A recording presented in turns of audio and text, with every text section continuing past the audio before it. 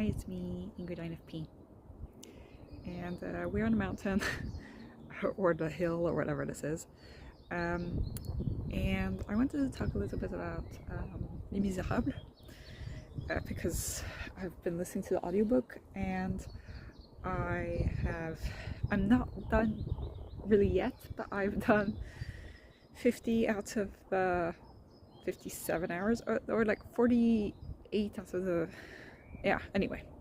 I have like a little bit more than 10 hours left.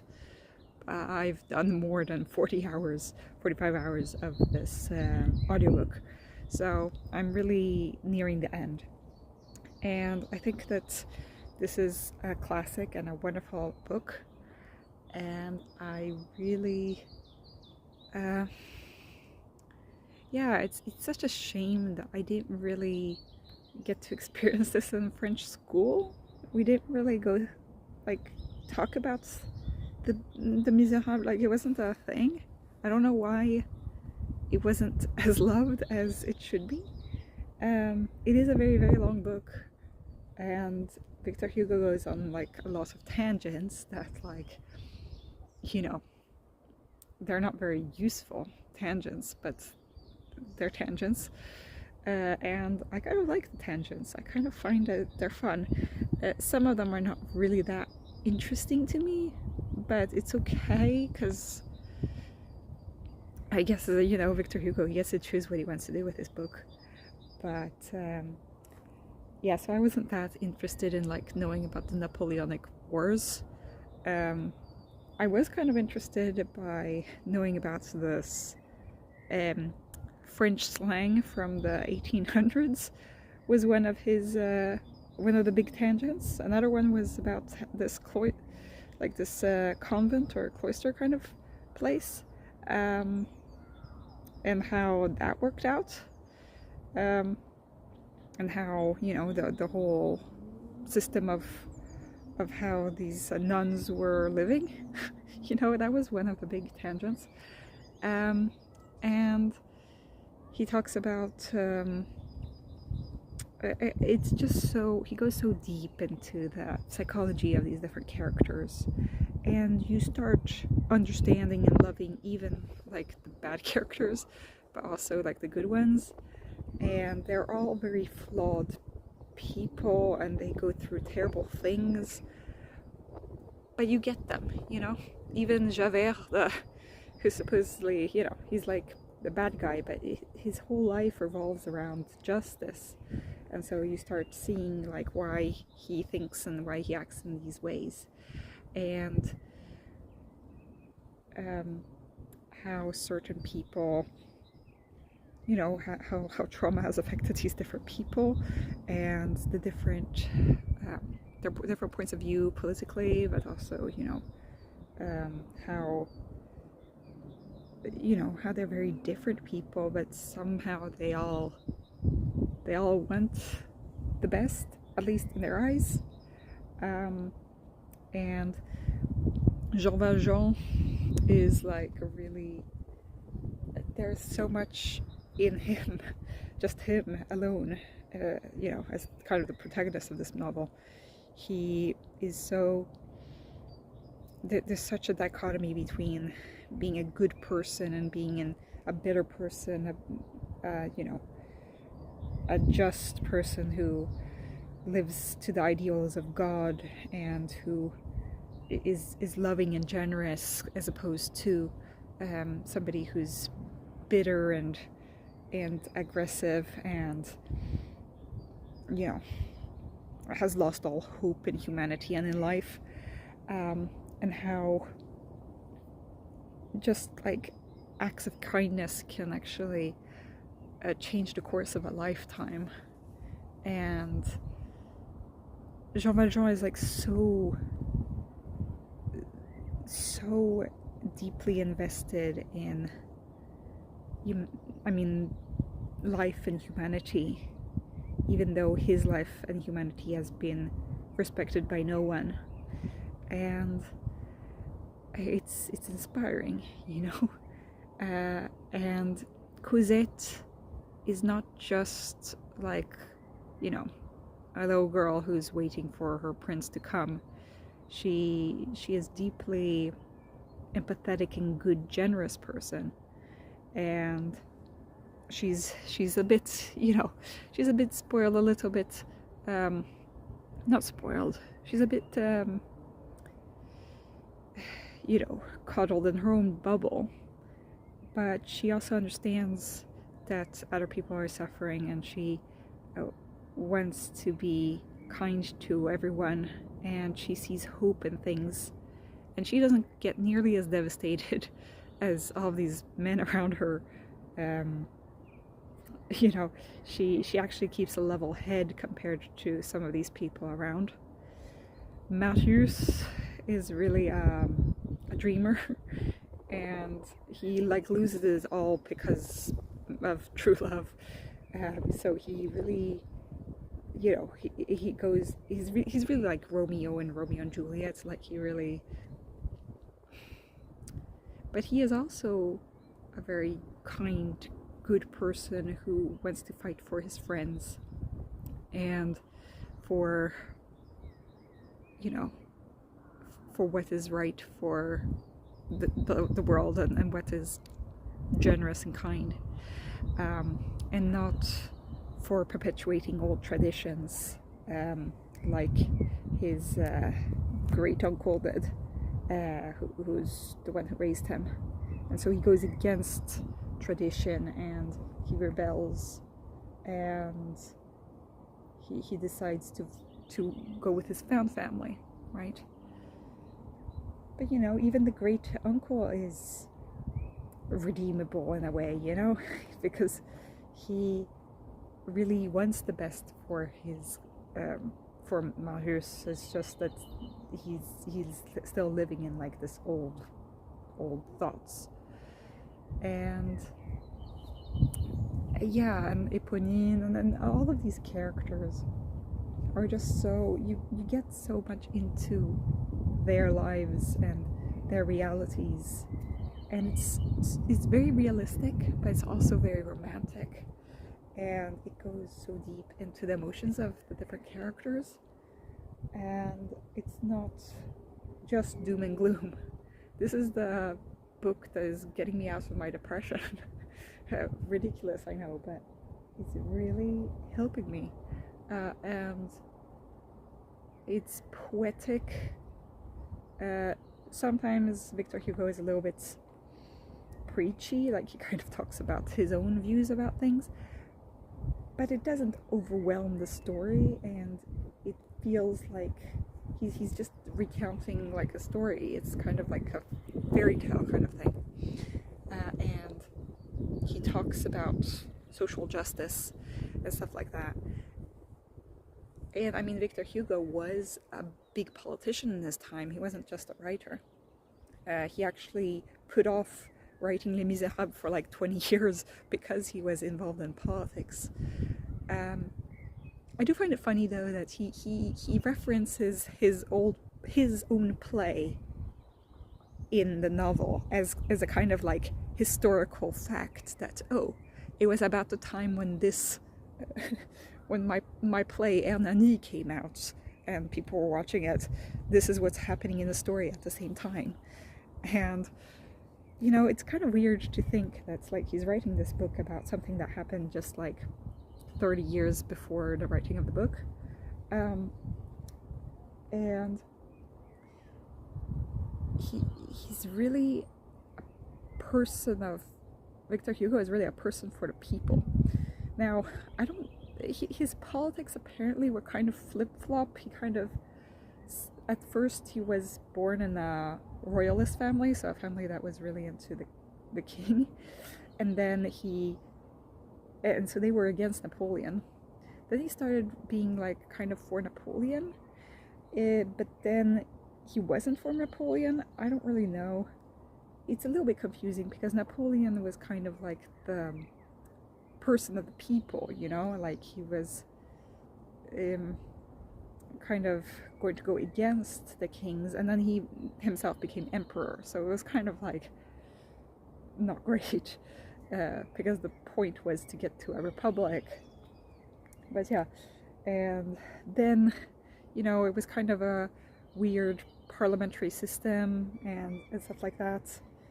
It was a really crazy time in the history of France, you know, the early 1800s, because France couldn't figure out what the politics of the country would be after the big French Revolution. So they had several, you know, revolutions after that in order to finally get to a stable republic, which took like 100 years in the making, pretty much, and didn't fossilize until this current republic, the Fifth Republic, until after the Second World War. So it was, you know, politically unstable time.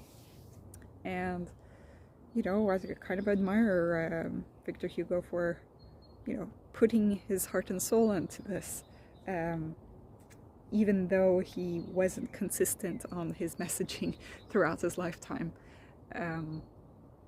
I can tell from the book, from the Misérables book, that deep down he was really for the people, for, you know, against wealth inequality, you know, for, yeah, like democracy, and just, I guess that he was really involved in the lives of the people, and he never, you know, used his high status to, you know, to actively oppress other people. So I think that I admire Victor Hugo for that.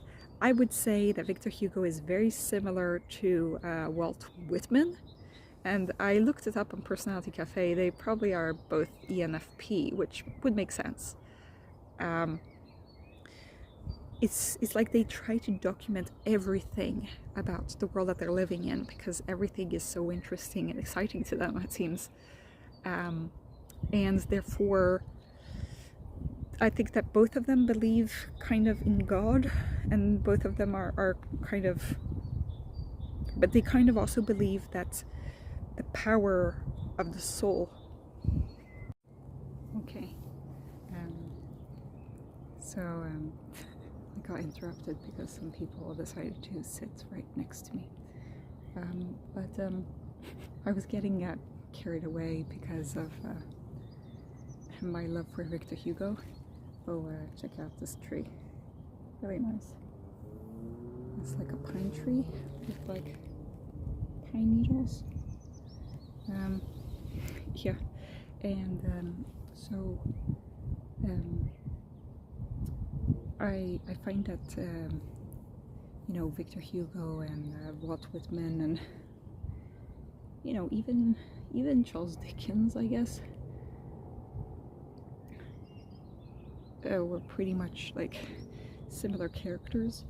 I would say that they're kind of representative of their country's literary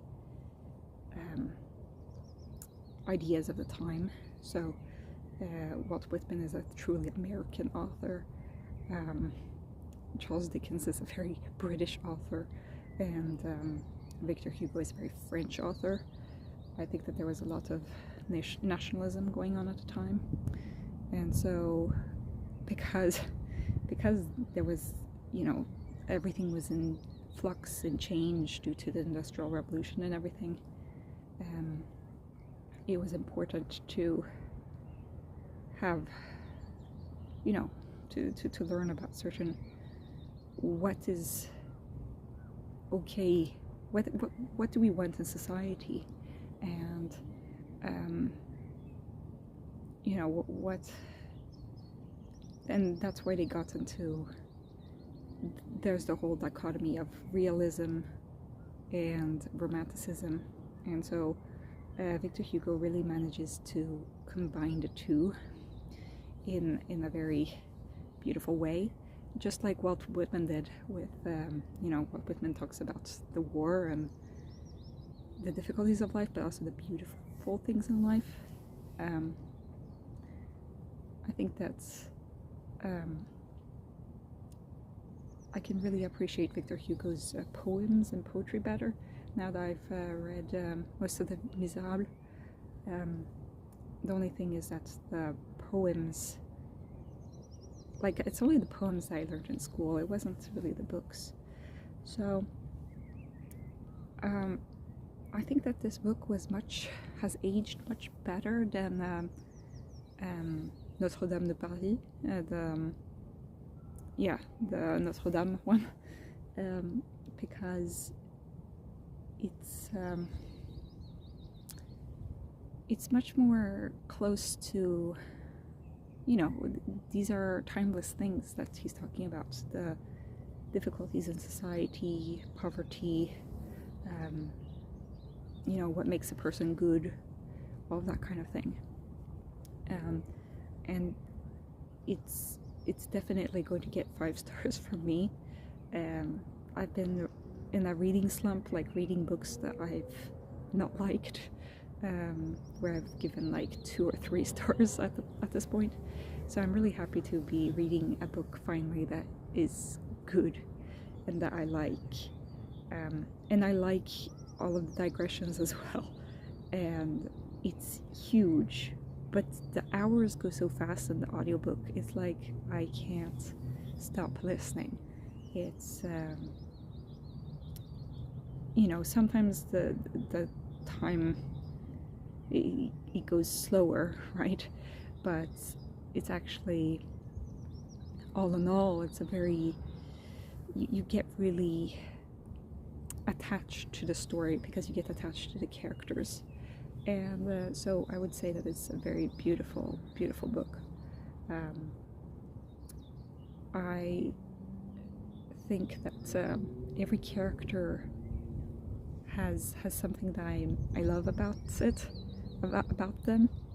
Even the Thénardier, you know, it's like you understand why they do this, because they have no other choice, except that they could choose to do good, you know, but you can understand why they do that, because they feel like this is the only way to live. They can't see beyond the way that they think, you know.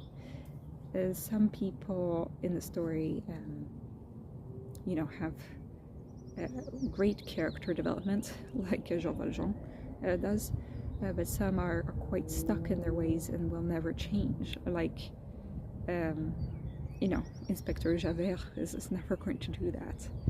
And that's how, you know, that's how it goes in real life too, you know.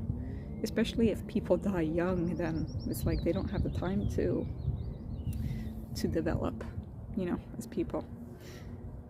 Which is extremely tragic, but that's kind of the point. You know, Gavroche will never live to be bigger than the age that he is when at the time of the book, you know. So you know, I think that it's a very, very good book, and the film and, you know, the play, I haven't watched the play, but I've watched the movie from 2012 or whatever that was, 2016. I don't know when that movie came out, sometime there. It's really good as well. I really like the musical performances, especially Anne Hathaway as Fantine. But there's so much that it fails to cover due to the book being like 1,000 pages or something. So of course it's not going to cover everything, but I think that it's such an intricate book with so much about humanity in it, and so I really, really enjoyed it. So I hope that you like this review of this book. Tell me what you guys think. I know that it's quite intimidating to start reading that book. I listened to it on audiobook in French, but I know that that's, you know, that's quite a lot. but I think that Victor Hugo has other books that are a little bit shorter, but he is a pretty wordy author, so maybe I'll find some other book later on that will be shorter and that is more accessible. But I would say that this is probably going to be my favorite book of the year. So anyway, have a good day, everybody. Bye.